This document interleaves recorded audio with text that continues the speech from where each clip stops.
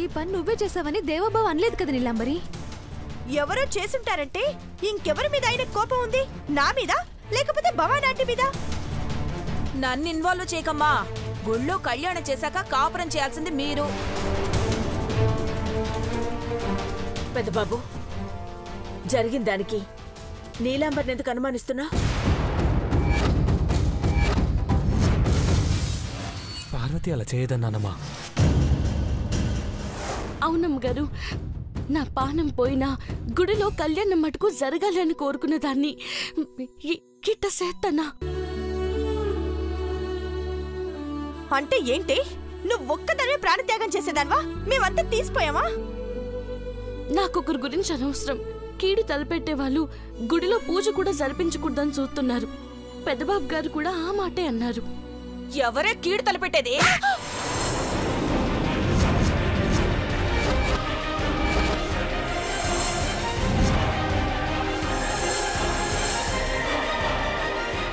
భవానీ, నేను దీన్ని కొడితే మీరు నా మీద కోపడుతున్నారు.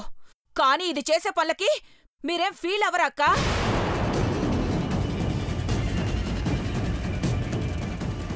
గుళ్ళో దేవుళ్ళ కళ్యాణం దేవా నీలాంబర్లు కలిసి చేయాలని మారేడాకుల మీద మనం వాళ్ల పేర్లు రాస్తే ఇది ఏం రాసిందో చూడండి.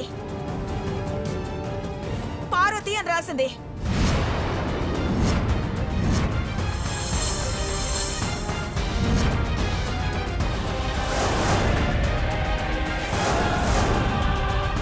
మన ఇంటి క్షేమం కోరుకుంటుందని దీన్ని పొగిడేవాళ్ళం. కానీ ఇది తన స్వార్థం చూసుకుంటోంది. స్వార్థమని ఎలా అనుకుంటావు భవానీ? పార్వతీ పరమేశ్వరుల కళ్యాణం తమ చేతుల మీదుగా జరగాలని ఇక్కడికొచ్చిన ప్రతి భక్తుడు ఆశిస్తాడు. పార్వతికి కూడా ఆ కోరిక ఉండడంలో తప్పులేదు కదా. అంకుల్, దీని గొంతెమ్మ కోరికల లిస్టు చాలానే ఉంది. ఇక్కడున్న భక్తులందరికీ మనం క్షేమంగా ఉండాలి, మన ఇల్లు బాగుండాలని అనుకోనక్కర్లేదు. కాని పార్వతికి మన క్షేమం మాత్రమే కాదు, నేను దేవా కలిసి కళ్యాణం జరపడం కూడా ఇష్టం లేదు.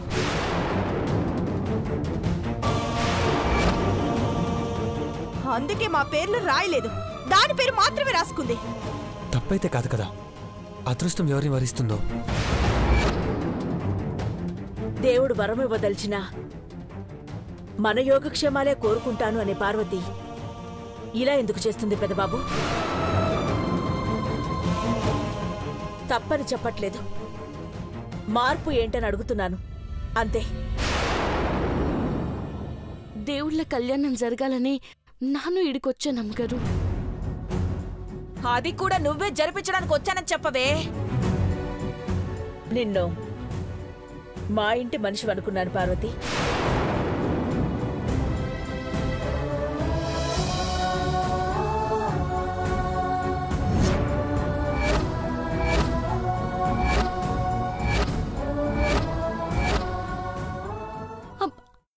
అమ్మగారు, మా పెద్దబాబు జీవితం బాగుండాలని కోరుకుంటావనుకున్నాను. విషయమా? ఒక్క నిమిషం.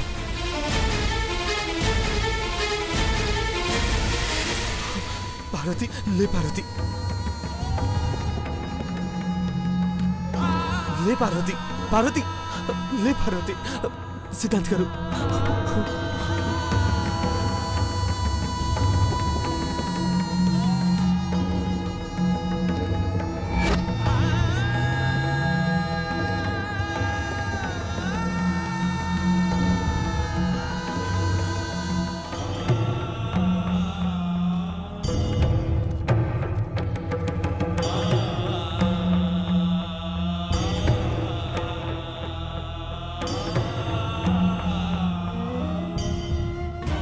ఇంకా లెగట్లేదేంటి? పార్వతి, పార్వతి.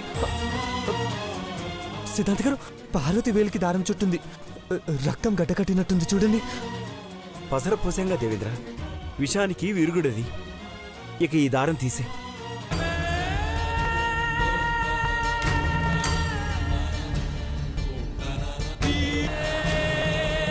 పార్వతి, పార్వతి, పార్వతి కళ్ళు తెరు. పార్వతి, పార్వతి, లే పార్వతి, పార్వతి. సిద్ధాంత్ గారు లెక్కట్లేదు. పార్వతి, పార్వతి, పార్వతి, పార్వతి, పార్వతి.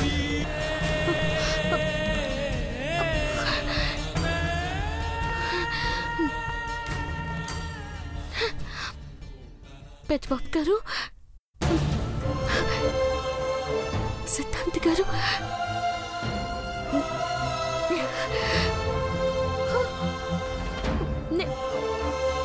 నేను ఈడనే ఉన్నానా?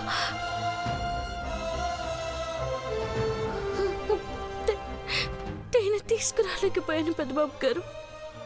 కంగారు పడకు పార్వతి, అభిషేకాలేవి ఆగవు. అనుకున్నవన్నీ జరిగిపోతాయి. అనర్థం జరగకుండా ఏ అనర్థం జరుగుతుందని బాధపడుతున్నావు? ఏం లేదు సిద్ధాంతి గారు, ఊహించని పరిణామాలు జరుగుతాయేమో అనుకుంటున్నాను. తల పక్కకు తిప్పినా తలరాతలో ఏమి రాసుందో అదే జరుగుతుంది దేవేంద్ర. నిశ్చింతగా ఉండు. కళ్యాణం జరిగే సమయం దగ్గర పడుతోంది. మీరు రండి.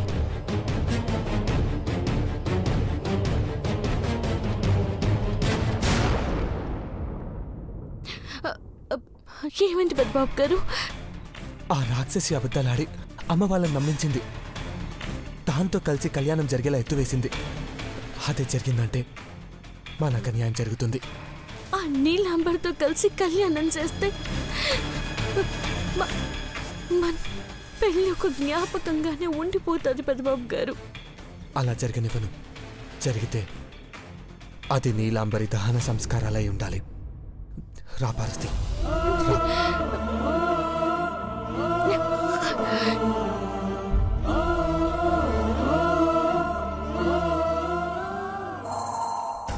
అనుకున్న ప్లాన్ వర్కౌట్ అయింది. దేవాతో కలిసి కళ్యాణం జరిపించాలంటే డైరెక్ట్ గా నా మెళ్ళ తాళి కట్టినవాడు రేపటి నుండి అధికారికంగా దైవికంగా భర్త అయిపోతాడు.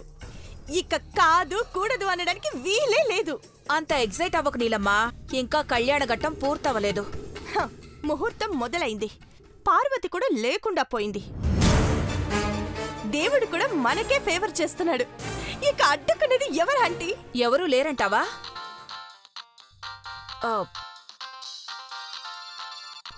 నిన్ను నీ నోరు మండ అన్నావో లేదో అపరిచితుడు ఫోన్ చేస్తున్నాడు చూడు.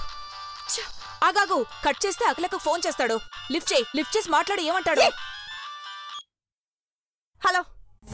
ఏంటి చంద్రముఖి, నీ కలవాటైన మోసం, మాయ, కుట్ర వీటితోనే కదా గుళ్ళో కళ్యాణం నీ చేతుల మీదుగా జరిగేలా చేసుకున్నావు. రే నీకెలా తెలుసు? నువ్వెక్కడి నుంచి చూస్తున్నావురా? చెప్పాను కదా, నిన్ను వెంటాడే నీడనని, నీ రక్తాన్నని, నీ గుండెనని. ఎవడ్రా నువ్వు? నా గుండె అంటున్నావు, నా రక్తం అంటున్నావు. చస్తావు. ఏయ్, ప్రతి క్షణం భయంతో చచ్చిపోతున్నది నువ్వు. నీ నరనరాల్లో భయం రూపంలో నేనే పాకుతున్నాను చంద్రముఖి. గుళ్ళో ఉన్న నువ్వు నా కోసమే భయంతో జాగారం చెయ్యాలి,